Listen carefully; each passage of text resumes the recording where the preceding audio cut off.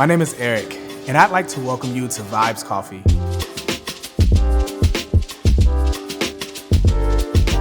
We pride ourselves on fresh coffee and excellent customer service, but we are much more than that. Whether you want to hang with a few friends, get some work done, or experience the best brew downtown Columbia has to offer, visit us at 622 Canal Side Street. Come for the coffee, stay for the vibes.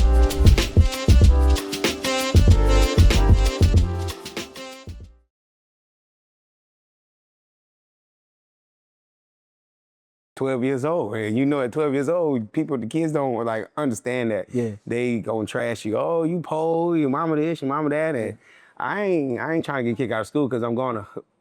So I just try to keep that secret. My mama even took me to school. Like the bus would come and pick the other kids up. I told my mama I'm not doing that. So they would go and they would get on the bus, and when the bus leave, my mama would take me and I would get from school there, and I would see the same kids some of the kids that I went to the shelter with, but they knew not to speak on the fact that I knew them in the shelter, though, because when we get home, it's up. Yeah.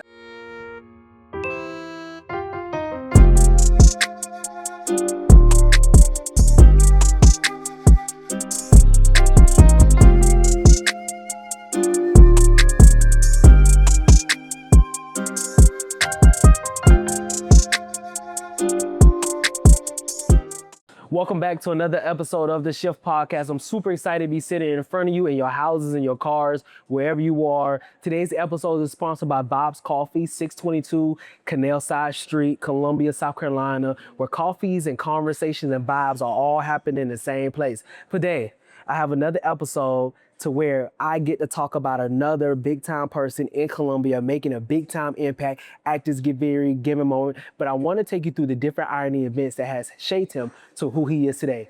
So before I introduce you, before you all see him, let me just read a little bio I got for you. He grew up in Pinewood around family, church, football, and a country life. But at 12 years old, everything shifted. When his parents separated, he moved to Columbia with his mom, where they lived in a shelter. But the shelter was not just pain. It became a place where he found joy, community, and moments that shaped him. From football, dreams, being counted out because of his size, coaching, mistakes, depression, disappointed, and finally finding a gift through doing hair. His story is about learning the purpose does not always show up the way you expected. Today, we are talking about what happened, what it taught him, and how the story can help somebody else keep going. What's up, my man, Devontae Hardy? What's up, good? boy? I know you looking at me like, bro, what is this man talking about? I'm listening and I'm like, okay, all right, man. Okay, I can swear. No, you good. You okay, man, I fuck with it. That's what's up. When you think about hearing that bio for the first time, you know, kind of just hearing some of the different things that you've been through and struggles in life, what's the first thing that comes to mind when you hear about your own bio? Thank God for now. That's one of the biggest things after hearing that. I try not to, everybody try not to reap too hard in the past, but it's always good to go back and kind of rekindle and know where you came from and have that idea where you came from, being able to spread that story to somebody else, because I know I ain't the only one lived it, because I've witnessed other people being there with me. So yeah, it's definitely good to be able to reflect back. I want to take you back to where you're from. You Pinewood, South Carolina, right? Yeah. What was life like growing up there in Pinewood, South Carolina? Yeah, Pinewood, just give you just a little description of Pinewood. It's a population of about 500 people. We got one gas station and one Dollar General, and the nearest anything is like 30, 45 minutes each way. So it wasn't a lot of kids down there. It was a lot of family members, and growing up in that life, it kind of the slums. So it was tough. When you talk about being from Pinewood, South Carolina, what type of access did you have to things? Were there like anything to do around there and stuff like that? Yeah, throw rocks. That's about it. I had a lot of cousins that live in Pinewood, so when I was young, a lot of times you laughing, but I was so serious about to throw rocks. So a lot of times the railroad track would make a bunch of clay balls, and we would play baseball with the clay balls and see who could crack it open. But as far as like other stuff, nah, it wasn't too much to do. Stay in the house, play the game, try to stay out of trouble, to be honest. When you talk about living just in that place in your own life, did you think that you will become anything at that very given moment in your own life?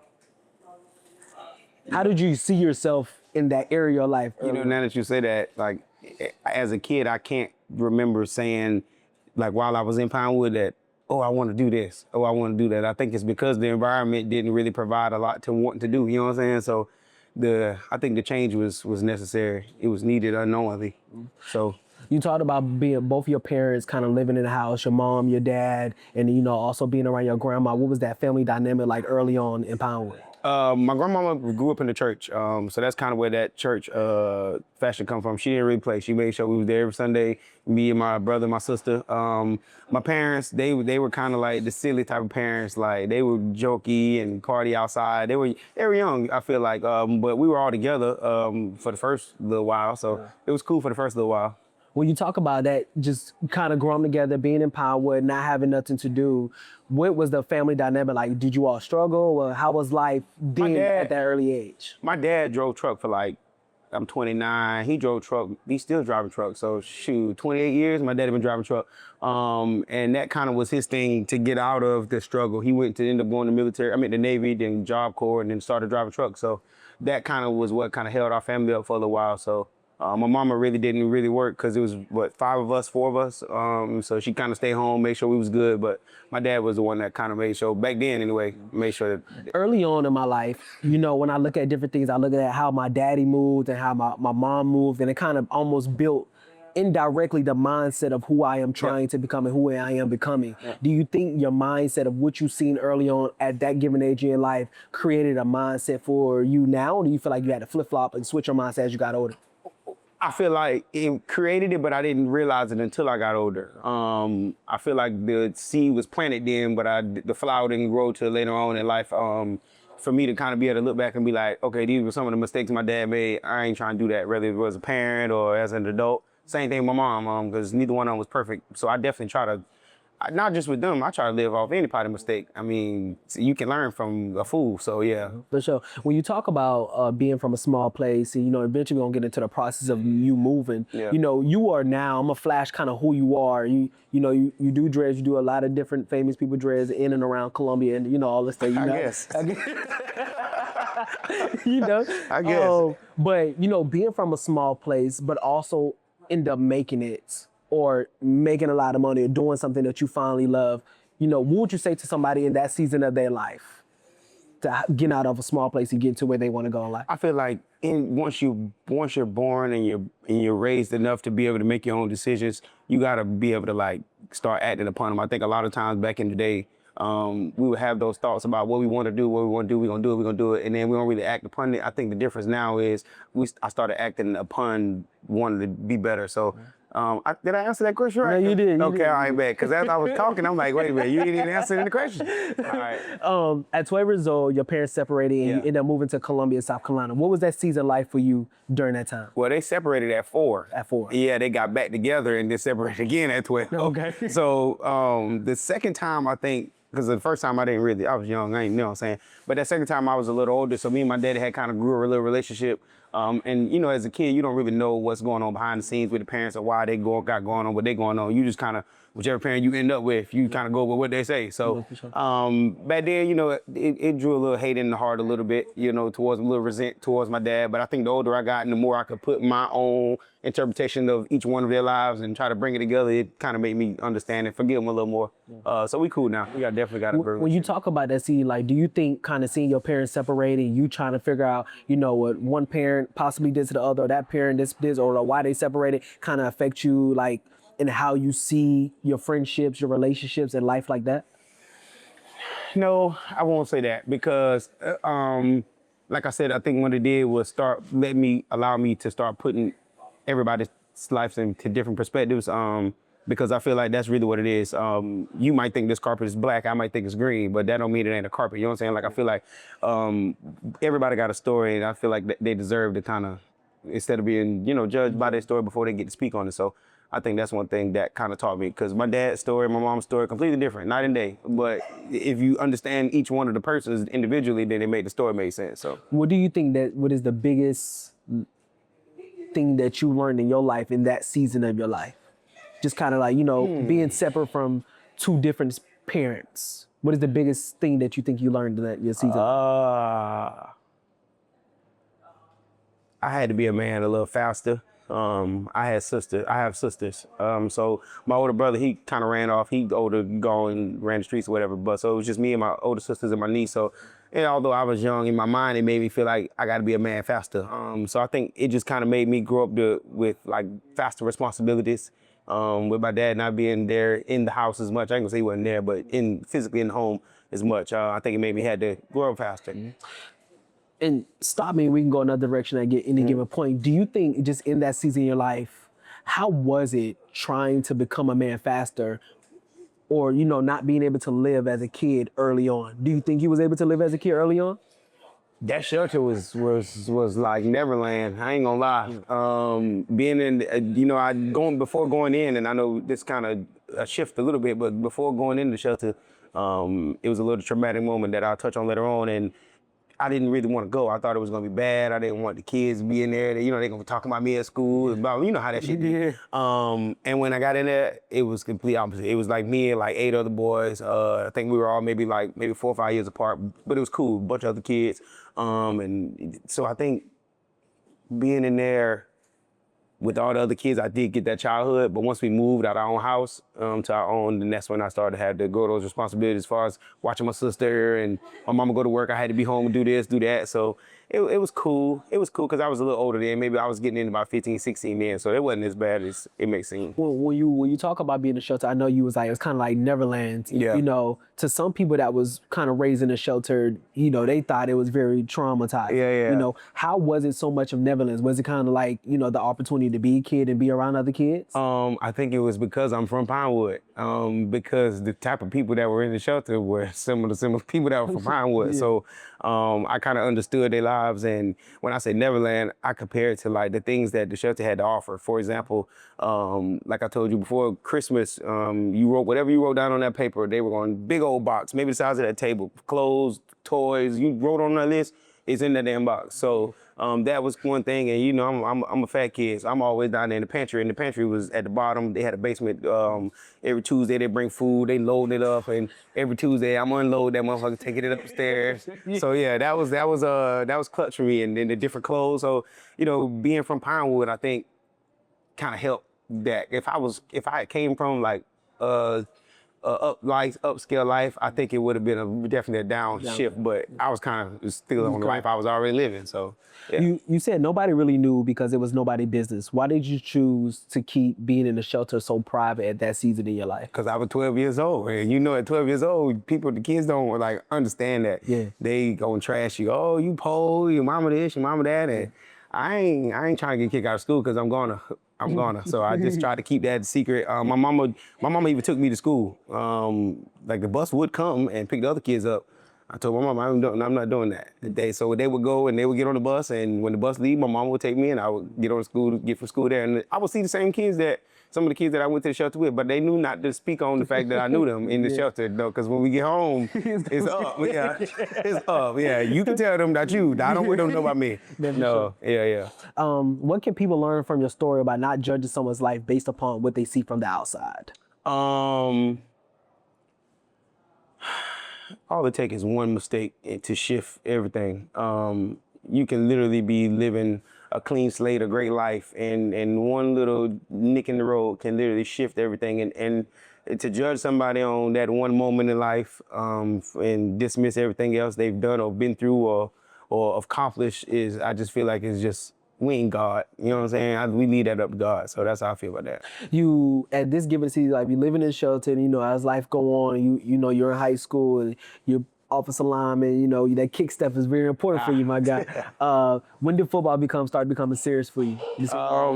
I played football. I started playing football my 8th grade year. I never played Pop 1. Oh, there's a lot of people. I never played Pop 1. Never played Pee-wee football, anything like that. So my 8th grade year, I started playing at Dent Middle School. And I remember my first practice. I came out there with a collared t-shirt on. It was hot. It was like 85 degrees out there. And ever since then, I kind of like, you know what? I think I'm fucking with football. So 9th grade is really when it kind of clicked. I started working out and all that other stuff, and that's when football kind of took over. Yeah. You talk about just in your life that, like, nobody graduated from college early on, and football was going to be the thing that took you to another level to get a degree and all those different things. Early on in your life, why were you able to have that vision in that area of your life? And if they see this, I love y'all, my siblings. They was all first. So, but none of them really kind of like took off and went to college and anything. So for me, it was still trying to get out of that shelter mindset, shelter life. I wanted to be better for my mama. So football was the answer until I stopped growing, and then I had to come up with another answer. So that was what made football the answer for me. Well, did you think that football kind of just kept you away from you being able to still blend in the different life that you was living at that given time? No, because I was done with the shelter by then. Okay. By the time, so the shelter, the grades I was in was 6th and 7th. 8th, I had already we moved out. So I was in the shelter for 6th and 7th grade, and I went to W.A. Perry. If you know about W.A. Perry, that was, boy, that was like boot camp over there. Yeah.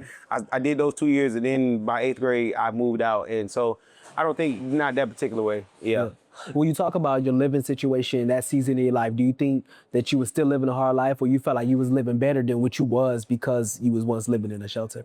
Yeah, it was better than what it once was. But now that I'm where I'm at now, I look back at that house and I be like, oh God. So it's like each house that you grow from, or each season that you grow from, you can always look back and be like, oh, thinking where I'm at now. But it was definitely better than the shelter. I had my own room, and we had our own house. It was just me, my mom, and my sister, so that was cool. What was it like in that season of your life, kind of just seeing your mom just navigate through some of the things struggles that she was going through in her own life? Okay, so when they separated, to give you a little backstory, my dad's biggest issue was my mama didn't really want to work. My mama's issue was, I can't work because I got all the kids, so you got to work. So once they separated and she had no other choice, it was actually kind of cool. I mean, you don't want to see mama struggle or work hard, but it was cool to see her find a system, get up, get us going, get to work, come home, make sure we good. So after a while, that became the routine. So that was pretty cool. So after seeing your mom do her thing and you kind of being back at school and football is kind of working out for you, at this given time, you're 5'8", playing offensive lineman, and your senior year, you decide to take a chance to go off to college. When did you start noticing, just kind of in that story area, when did you start noticing that football wasn't going to be promising for yourself? I noticed it when I started playing it. Okay, so tell me that for the time. tell me about for the time. I had hope. Let me tell you, I had hope. I knew I wasn't going to be super tall, and nobody in my family super tall. Granted, my brother ends up being 6'5", but whatever.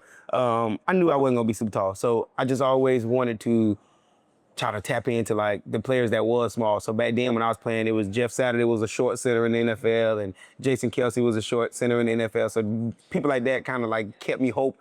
I might get to 5'11", 6 foot. It never happened, but it was a thought. And that, that window of me going to college, thank God for my boy Tyler Sim, shout out to him. We went supposed to be going up to school, and they offered him, didn't offer me. So the good part is, the coach kind of taught him and pulled me up there, so that was good. Yeah. And when you talk about that season life going up there, what was it like when you first kind of just entered that space of your life? I went to college at Highland Community College in Highland, Kansas, and it was worse than Pinewood. It literally was worse than Pinewood. I thought I was losing my mind. I ate. Only thing they had, and Pinewood, I told you everything was 30 minutes each way. Well, Kansas, everything was an hour and a half each way. We were literally in the middle of Kansas in a dot, and it was a PWI, and it was fun. I made the best of it for the couple months I was out there, but after a while, I'm like, you know what? I'm going back home. I can't take this. No. It's crazy. I was out there probably like a month ago because I had to do some JUCO men's basketball championship for the finals and everything, and they sent me to Hutchinson. Dog, when I literally say the ride from the airport to Hutchinson was $85. Yeah. And when I got there, I texted my mom, I said, oh no. Yeah. I need to call somebody that I know around here to take me back. And then luckily, I knew somebody that lived in Wichita. So that person drove from Wichita to Hutchinson. They drove about 2 hours too. Yeah, to come pick me up to take me to the airport. Cause but they had one Uber. Yeah. When I ain't even gonna go to the story about the Uber driver. When I got in the Uber, I said, oh no, I would not be riding this Uber back. Terrible, bro. Yeah. My mama thought I was joking. And to give you a little story, coming home, my dad flew me out there. That was the first time he ever flew me. He flew me out there, dropped me off. Granted, don't talk about me, I only stayed 5 months. But anyway, sure. I stayed up there on the way home. I called my mama like, Mom, I can't take this. I'm ready to come home. She like, I'm not coming to get you. You figured out how to get up there. You figured out how to get the way home the best way you know how. I waited 2 more weeks till that refund check dropped. I'm on the way home. Yeah, I don't need your help. I'll wait. Shoot, I'll wait. Yeah, I'm not staying here. No, I'm already know. Did you ever feel like in that season in your life that you felt like you was a failure? Because early on you said that, you know, you was trying to do something different than your other siblings. Did you feel like you was a failure coming back? I had already did it. I graduated. That was kind of the ultimate goal. Like, my mama ain't never been to a high school graduation. I'm like, I gotta make sure she. So once I graduated, you know, I knew football wasn't, like I told you, I had already knew from the beginning that I didn't think this was gonna go far. So me ending football professional or big time wasn't like the end of the story. I felt like I just gotta find another way into it. You know what I'm saying? So, yeah. When you talk about football, it teaches you so many different life lessons. What are some of the life lessons from the time you being in Poundwood to move to Columbia to at that given time of your life that has taught you just about how to survive and how to maneuver in the world? Playing offensive line. If you talk like at a younger age, when you hear people talk about offensive line, you hear people, that's kind of a position that people don't want to play because I don't want to block, because they think it's like a timid position. And once I figured out that it's not, I think that's what kind of allowed me to look at life differently as far as like attack. You don't have to, people think offensive line was just a timid position, you just getting attacked. No, it's an attack position. So once I started attacking life differently, I think that's what made a shift for me. Would you call the next season of your life finding your purpose? I think I've already, you said the next season? The next season. So once you end up leaving JUCO. Now you're coming home. Yeah, not now. But would you finally call that next season after you leaving JUCO finding your purpose? If so, why? Trying to remember what I did when I came home. I came home and yeah, I guess you could say that, because I was doing a bunch of different others, a bunch of random ass shit that none of them fit me. I was just doing stuff. I came home and then my first job, technically out of high school, was an insurance, working at an insurance company doing car insurance with my offensive coordinator that was my high school coach. And I did that for about 2 years, just trying to keep a job and, you know what I'm saying, trying to figure out what I want to do. And he was coaching, so I think that's kind of what led me to coaching a little bit in that little window. So that was fun. That's kind of where, yeah, that little window definitely would have been considered that. When you talk about coaching at this given time and you actually playing the game, what did coaching kind of teach you just in life retrospect around that time of your life? You know what coaching kind of made me look at? I can see, and I don't have children, but I can see how parents love their children, because coaching is kind of like being a parent a little bit. You're literally out there teaching these kids something that they do not know. It's like teaching your child how to say mama, and the baby looks at you and say mama, you're like, oh my God.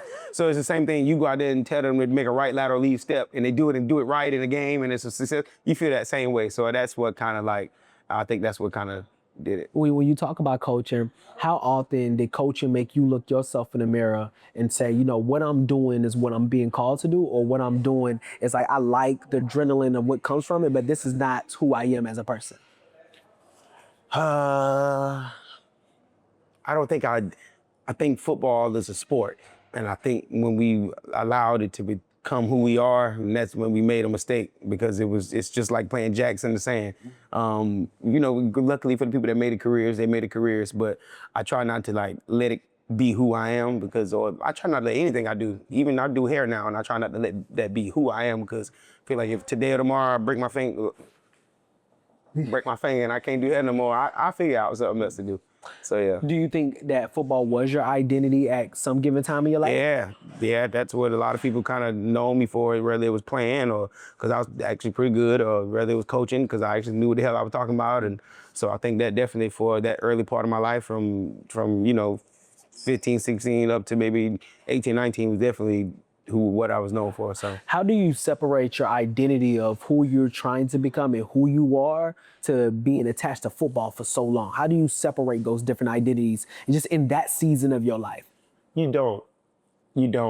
What does it is time and space away from the people that you was involved with. Because you were one of the football people, and we don't talk about football no more because time and space have created different lives for us to where football ain't the topic of conversation no more. So anybody that still couldn't me talking about football, I know this ain't nobody that I'm really cool with because I don't play football no more. So that definitely would do it for me. Do you think sometimes in that state of your life, like even though you was making money, you was becoming a coach, would you say that time of your life you was kind of depressed?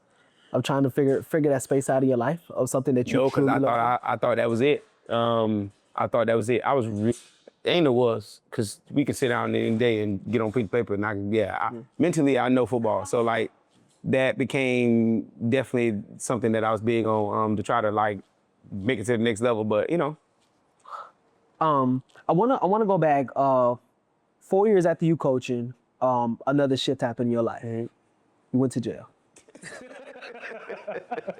I'm trying to be serious. Yeah. After that, like, you know, you went to jail. If you're open to it, how did you go to jail? How did I go to jail? Yeah, like they came and locked my ass up. That's how I was dead. Why did I go to jail? I won't really go into much of the why. Okay. I'll just overallly say, being young, dumb, I will say this. I will say that because I definitely started coaching young as hell. I was 19 years old when I started coaching high school, like head offensive line as I'm 19 years old. So I think the toughest part of that was separating my high school mind from my adult mind. So there were a lot of times where like I was coaching kids that I played with. So that was a little struggle. So the only thing I can say about that, or I will say about that is, let me find the words. I should have waited to start coaching, honestly. I should, and even now I think I should have waited. I should have waited till maybe I was like 24, 25 to where I knew it was a complete separation from whether it was kids I played with or just me mentally being old enough to know more football or just being settled in life more. I feel like if I was settled in life a little more, like if I was like currently now coaching, it would have been a little different. So I definitely would have been a little more patient as far as not rushing it, but I was trying to find a career, so. No, for sure. We don't have to talk about, that season in life, but I do want to talk about what it was like for you to get out of the car and being booked, and what was going through your mind at that given state in your head? That was exactly what was going through my head. This is some bullshit. So that is literally the only time I've ever been arrested in my life. For sure. I use that moment as like, and I can, if the cop ever sees this video, he will mark my words. I looked at him and said, "Gang, I'm never gonna ever see you again."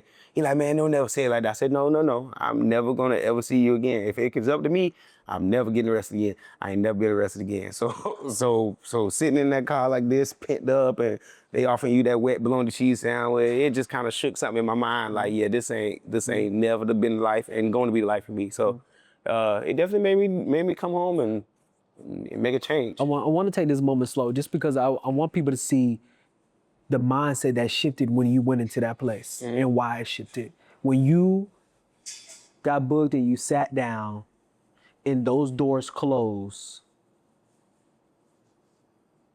Well, let me start by saying this. I don't want people to think I was going to jail for a long time. I've been in jail for 1 day, by the way.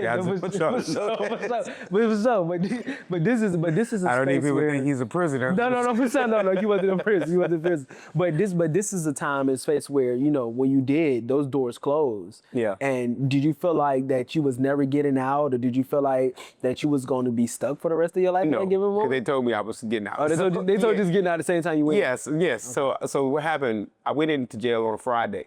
And for anybody that goes to jail, that ever been to jail, if you go in jail on a Friday, by 5 o'clock, if you ain't out, your ass sitting till Monday. Yeah. Well, 5 o'clock rolled around and my mom ain't came to get me yet. So I ended up sitting till Monday. So Friday said, I was supposed to get out Friday. They had done released me at like 3 o'clock. My mama didn't get off till 5. So ain't nobody else, that was the only number I could remember. They wouldn't let me get my phone. So I literally had to sit, Friday, Saturday, Sunday, and I got home Monday. So yeah. And in that given moment, I know you was ready to get up out of there. That weekend was kind of, let me tell you, it was kind of fun. I kind of make the best of things when I know I'm about to go home. Yeah. Had I known I was going to stay, it would have been a little different mentally. Me knowing I was going home, I just kind of relaxed a little bit. So I mean, I knew some people back there. Not saying like that, but you know, some people from the neighborhood have been back there. So I just kind of made the best of it and just used that moment to kind of look around and realize that yeah, this ain't my crowd right here. This ain't my atmosphere. And I didn't say too much to nobody because I knew I was getting home. I didn't want to make this comfortable. I sat up all night. I didn't want to go to sleep. I didn't wash for 3 days. I don't care because I'm not getting comfortable in here. I'll be stank. Y'all, I'm cool. But yeah, so for me, I just kind of like use that as a moment to say, you know what? I ain't coming back here no more. Yeah. When you talk about that happening, you decided to, for your own self, create a reset and go back to Pinewood where you was from. Why did you need that reset? Like how I told you earlier, with time and space kind of creates that separation you need a little bit. So me coming home to be around the people, like, you know, you know how people is. Everybody go through shit, but the moment somebody going through something and people got an opportunity to talk about it, they're gonna talk about it. So the moment it happened, everybody, you know, all your friends, you know, they go on social media. And for me, I know me. I just, for everybody else's sake, I'm gonna just separate myself from the whole city so I can just be away. Cause I ain't had time, nobody to question me. I ain't had no time for nobody asking me anything. So I just kind of left for my own sanity to just create that space to start over. So yeah. Do you think that season in your life slows you down or redirected you? I don't think it slowed me down because I wasn't really, I mean, I was coaching. Coaching was paying, but it wasn't like a big time career, you know what I'm saying, at the time. So I definitely think it taught me, what it definitely did was taught me like to actually go get a real job. Now I had to actually go to work. So I worked at Lowe's for like a year and a half while I was down there. So if anything, that's kind of what it taught me. I kind of didn't have any friends at the time. I stayed away from everybody. I ain't really do social media like that. I kind of just locked into myself. What would you say to somebody who makes a mistake and feels like that mistake defines them for the rest of their life? God ain't dead. That's my quote right there. Man, if you think your one little mistake is gonna define everything you've been through, you keep living. God ain't dead. Cause tomorrow you can hit the lottery, and the day you was broke. So it literally in the blink of an eye, the same way things can shift to go bad, things can shift to go good. So. How did that season in your life, I want to go back to something that you said earlier. How did that season in your life make you look at people when you think that people are for you, but you make a mistake or something happens and people begin to start turning their back on you? That's funny you said that. I had I don't know, I ain't gonna name no people. Yeah, no I ain't gonna name no names. names. I'm just gonna say you was around when I was in high school. So I had a group of friends and we were all solid. I'm talking about, like, I thought these was gonna be my boy for the rest of my life. Got into it and they all with it. They all had their own opinion. No one wanted to hear what I had to say. And still one of my boys, we still locked in. So at that moment, it kind of really told me that ain't nobody really for you but you. So it kind of made me like, that's what made me really lock in, like, myself and depending on myself. And so. To someone that feels like they have lost support or they feel like the support is they're not being supported, what would you say to some people that thinks that they got boys that are gonna be with them for the rest of their life, but maybe one day they might venture off? My name is Eric, and I'd like to welcome you to Vibes Coffee.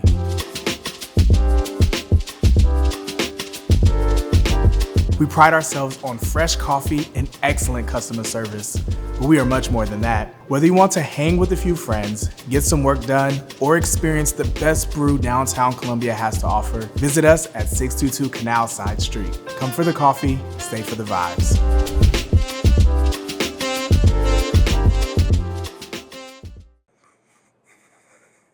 Don't put all your eggs in one basket. Don't put all your hope in yeah, because people will let you down. I mean, the same way, if your blood family, your mama and your daddy sometimes let you down, your sisters, your brothers will let you down. I don't know why you think that somebody who you met 2 years ago won't.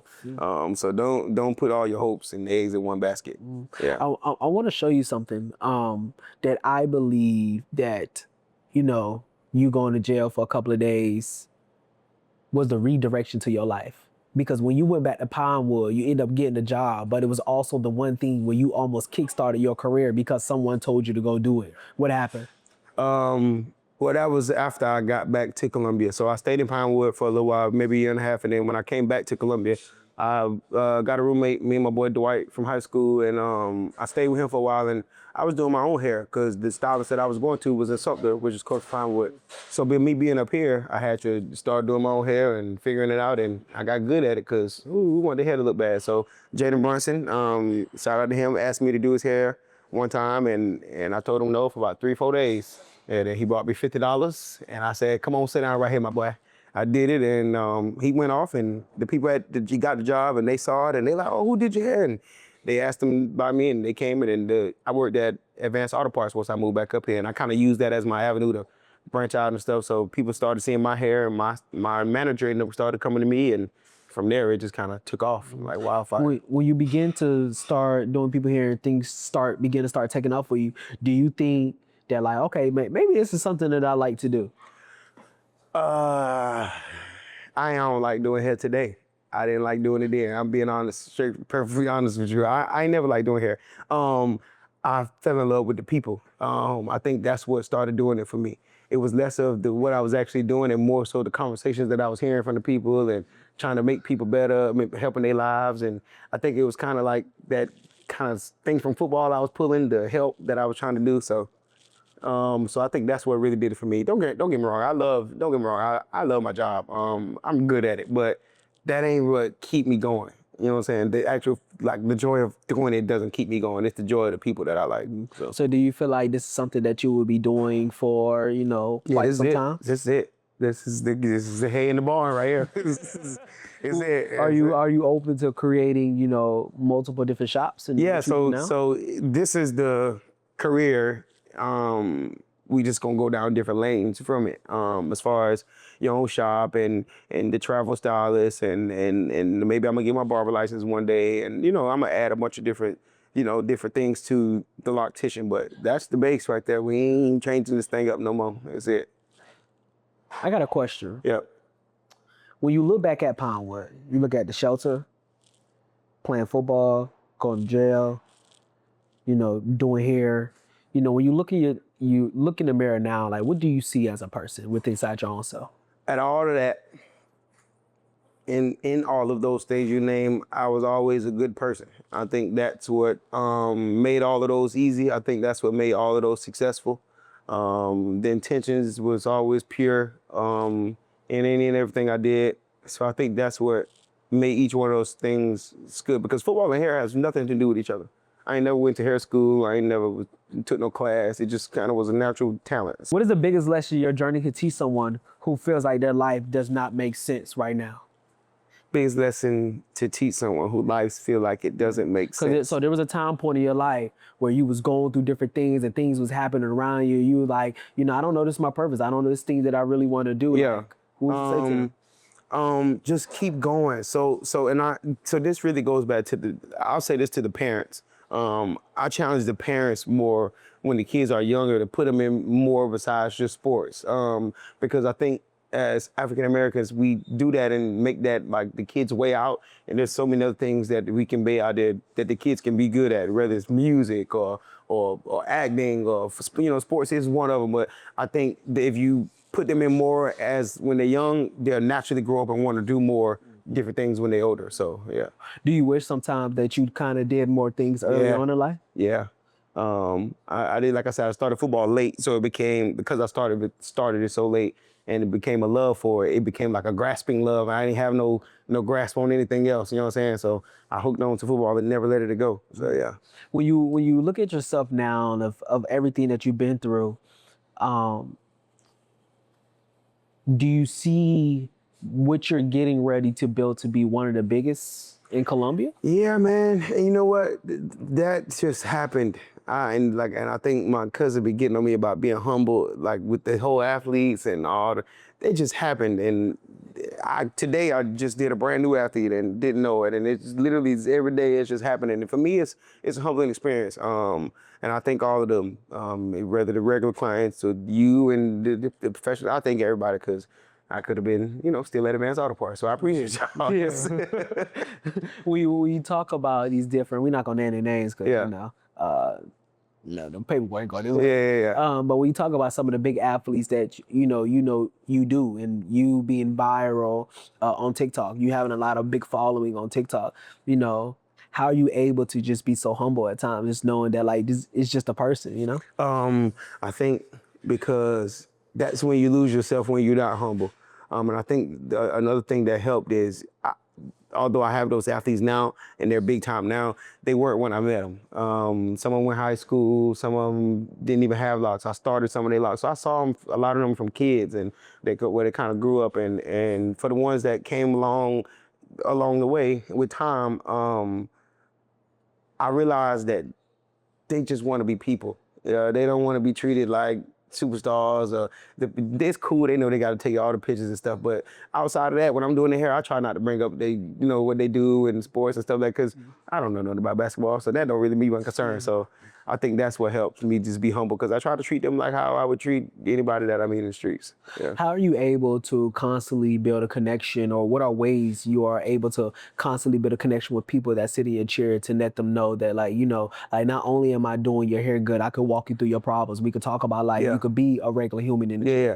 I think one thing I try to do is I be nosy. That's exactly what I do. I ask a bunch of questions that I ain't got no business asking sometimes, because a lot of times they want to say it, they just don't know how to. So I get it out of them, and when they come back, I bring it up again. So what you remember last time you said something? So I think that sense of, it's been 3-4 months and you remember what we talked about, you got to care a little bit. So I try to keep that in. I understand that the economy is hard right now. So I got a lot of clients sometimes, if they don't got it, you good on $10. You know what I'm saying? So just looking out for people.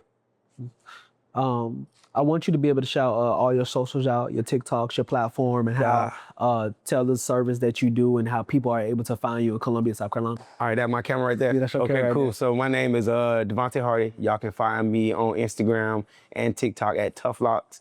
You can also find me on Facebook at Tough Dog, which is DAWG, TUFF, and TUFFLOCS. My shop, I work at Just Cuz Barber Studios. Link in the bios of all those websites if y'all want to book. So appreciate it. And for the people that is getting ready and the new clients that's getting ready to sit in your chair, what is the number one thing you want them to know when they get their hair done? The atmosphere is like home. I try to make it like home as possible. I try to make us like family as much as I can, because I feel like if you feel that way, then you won't be hesitant to say anything, or whether it's too tight or you don't like it, you know what I'm saying? Because I know a lot of times we go into these high class shops and everything's so high sedity, and the client, they sit there all proper, and sometimes they don't even feel like telling you that this shit hurt, or they don't like it, because, you know what I'm saying, you know what I'm saying? So I try to make it a calming experience, a family-like atmosphere, so that if it's something that you're uncomfortable with, you don't hesitate to say it, because we good.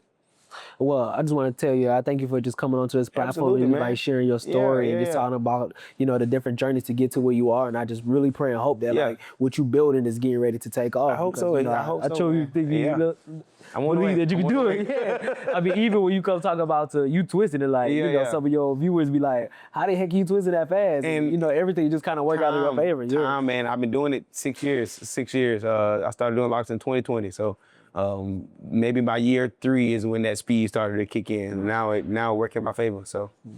Well, I just want to tell you thank you again. I appreciate you, man. Thank you so much for tuning into the Shift Podcast. Don't forget that this video is sponsored by Bob's Coffee. Come down and visit. Bob's Coffee is located at 622 Canal Side Street, Columbia, South Carolina. Just remember that today we just had Bob's and coffee and conversation all happen in the same place. Vontae, to my viewers, I always say peace.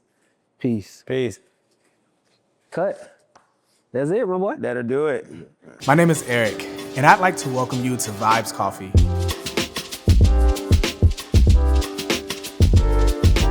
We pride ourselves on fresh coffee and excellent customer service, but we are much more than that. Whether you want to hang with a few friends, get some work done, or experience the best brew downtown Columbia has to offer, visit us at 622 Canal Side Street. Come for the coffee, stay for the vibes.